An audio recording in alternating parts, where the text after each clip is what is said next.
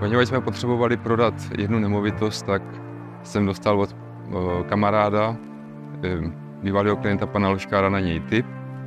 Tak jsem mu zavolal a i přes nedostatek informací, které ode mě původně dostal, tak udělal docela slušnou analýzu té nemovitosti, jak by si stála a podobně.